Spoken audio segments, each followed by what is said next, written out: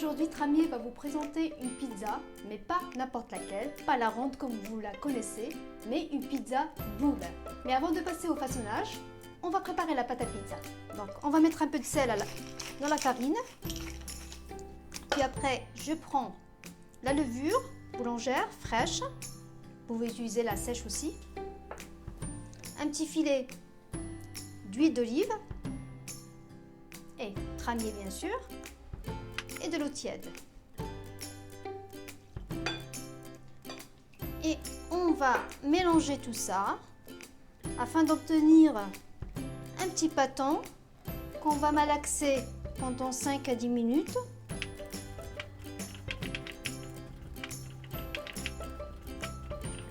J'ai fini le pétrissage de la pâte. Maintenant, on va la laisser reposer. Je vais la couvrir d'un linge propre et laisser doubler de volume pendant 1 heure. Après 1 heure, notre pâte a bien levé. Je l'ai partagée en deux, puis après on va la repartager encore une fois en 4.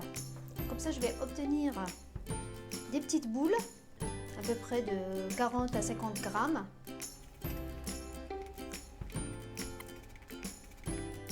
Je vais en prendre une. Je vais l'étaler. Donc si ça colle un petit peu, n'hésitez pas à mettre un petit filet d'huile d'olive.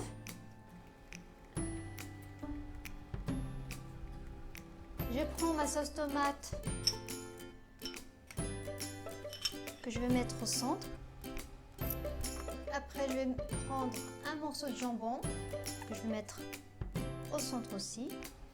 Une olive noire dénoyautée, une ou deux, selon le goût. Je vais en mettre 2. Un morceau de mozzarella. Et après, je referme. Donc, je vais rabattre la pâte vers le centre, comme ça pour avoir un petit baluchon. Et je vais pincer les bords pour que la farce ne sorte pas pendant la cuisson.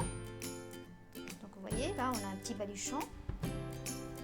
Et après, on essaie de refaire bien la boule qui sera prête pour la cuisson.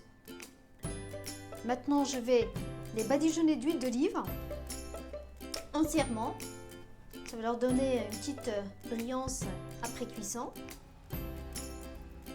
Juste après, je vais les saupoudrer d'un petit peu de fromage râpé. Maintenant, on va passer à la cuisson. On préchauffe notre four à 180 degrés et on laisse ça cuire pendant 15 à 20 minutes. Nos boules pizza sont prêtes. Regardez par vous-même. C'est gourmand, c'est coloré, c'est vraiment mignon et les enfants vont adorer. Maintenant, c'est à vous de jouer. Moi, je vous dis à très bientôt avec d'autres recettes appétissantes, gourmandes, simples et rapides sur blog.tramier.fr.